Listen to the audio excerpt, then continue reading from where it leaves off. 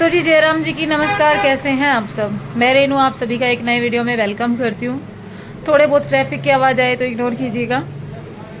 तो हमारी अबला बहू रानी जो हैं उन्होंने कुछ स्टेटमेंट्स दिए। उनके जो भी स्टेटमेंट्स थे उनके ऊपर हम गहन चर्चा करेंगे। उनके कहने के अनुसार उनकी प्रॉपर्टी देखकर, उनका घर बार देखकर लोग जल रहे हैं। नहीं जलना चाहिए भाई, मत जला करो। उनके पीछे पूरी दुनिया पड़ी है, सब लोग बस उनकी प्रॉपर्टी के पीछे पड़े हैं। और क्या बताते हैं? हाँ, भंडारा लगा रहे हैं। अब देखो, अब यहाँ पर मैं अबला बहू रानी, कोई नहीं चलता तेरे जैसी किस्मत भगवान दुश्मन को भी ना दे। तेरे जैसी किस्मत भगवान दुश्मन को भी ना दे। कोई नहीं चलता तेरे से। ये दुनिया जो तुझे सिंपैथी दे रही है ना, जो दुनिया तुझे सिंपैथी दे रही है, एक बार सोच वो क्यों दे रही है। किसके पास तेरे जैसी किस्मत पर, मतलब कौन बेबुद्धि वाला जीव होगा जो तेरे जैसी किस्मत पर जलेगा। बस तुझे अक्ल देने की कोशिश कर रहे हैं कि किसी तरह तेरे पास अक्ल आए। तू जिस चीज़ को किस्मत मान रही है वो देख, तेरे ससुराल वालों के पास असीमित है, असीमित, जिसका कोई ओढ़ नहीं। बोलते ना कि यूज करने वाला नहीं जिसको। तो कर्म बना, कर्म अच्छे कर, भविष्य में कुछ अच्छा मिले। ठीक है, अब बात करते हैं आगे की। तो बहूरानी जी का कहना है कि ससुराल वाले जो हैं वो भंडारा लगा रहे हैं। भंडारे में पता नहीं कौन कौन, भंडारा बहुत अच्छी चीज़ होती है वैसे, लेकिन यहाँ पर इनको ये नहीं पता इनका जो भंडारा है, जो कितने दिनों से चल रहा है, जो कि दूसरे की कमाई पे चल रहा है। वो ससुराल वाले भंडारा लगा रहे हैं, वो तो कम से कम खुद की तो मेहनत से कमाई हुई पर भंडारा लगा रहे हैं। उनका कुल खा रहा है, उनके घर वाले खा रहे हैं, उनकी फैमिली खा रही है उस भंडारे में। आप वाले भंडारे में देखो, काकी की, बुआ की, मौसी की, सबके बच्चे भी पहुंच गए, खुद का भी पूरा मायका, मतलब साले फटीचर, सारे के सारे फटीचर।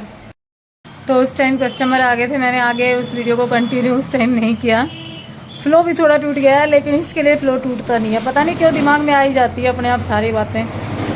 तो उनका भंडारा तो देखा जाएगा, वो लोग खुद की कमा के खा रहे हैं कि तेरे वाले उनके टुकड़ों पे पड़ रहे हैं। ये तेरे मायके वाले, तेरे रिश्तेदार, सारे के सारे उनके टुकड़ों पे पड़ रहे हैं।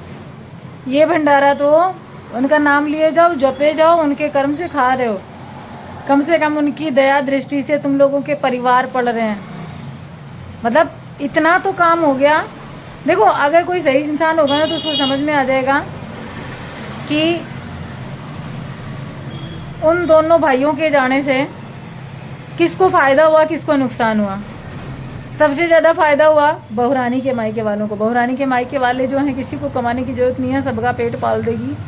सबको क्या चाहिए, वही वो होता ना कि घूमना फिरना, पूड़ियाँ खाना, मतलब पता नहीं क्या पूड़ियाँ रोज़ रोज़ कैसे खा लेते हैं ये लोग। पूड़ियाँ खाना। बहूरानी को क्या चाहिए, बनाने के लिए कोई चाहिए जो बनाता रहे, काम ना करना पड़े तो काम करने के लिए सब हैं ही, बच्चे ना संभालने पड़े, बच्चे संभालने के लिए सब इर्द गिर्द से सब कुछ इकट्ठा करके बिठा लिया है कि ठीक है बैठ जाओ।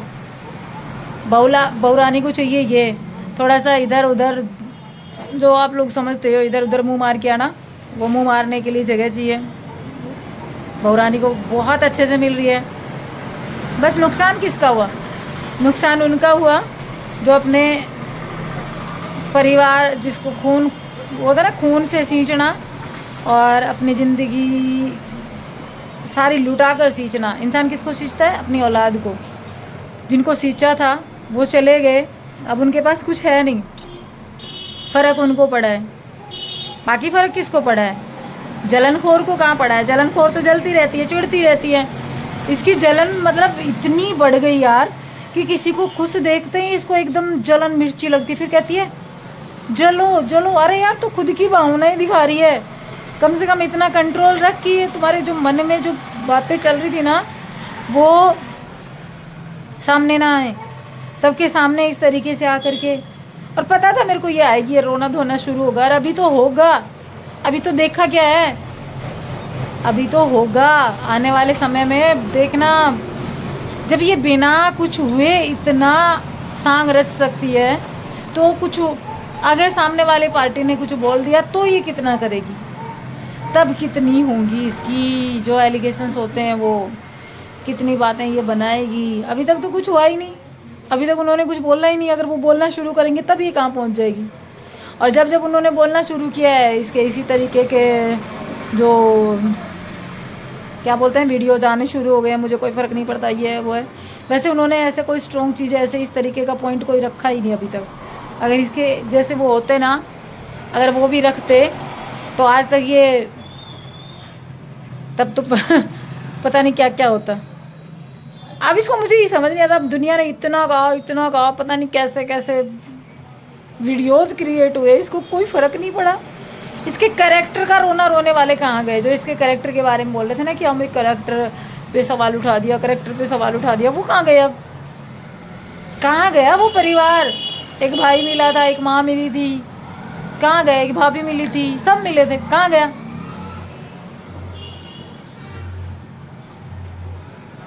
ये जो होता है ना, ये सब ये चकाचौंध, जहाँ पे 2 रुपए का फ़ायदा हो रहा है निकल लो, सबकी वही नीति रही है। पिसती है सिर्फ जनता के इमोशंस। इन लोगों ने पता नहीं क्या सोच के रखा है यार, कैसी गंदगी फैलाते रहते हैं, किस तरीके से वीडियोस लेके आना, रिश्तों की धज्जियाँ उड़ा देना, कुछ नहीं सोच रखा। बस एक चीज़ सोच रखी है, डॉलर आने चाहिए। चलो ठीक है, बाय बोलती हूँ, क्योंकि बाहर डीजे बज गया। आज के लिए इतना काफ़ी है, क्योंकि जो कहानियाँ बेकहानियाँ वो तो सारी भाई पहले ही सोशल मीडिया पे बहुत पड़ी है। मुझे तो मेरे जो मन की बातें थी वो करनी थी।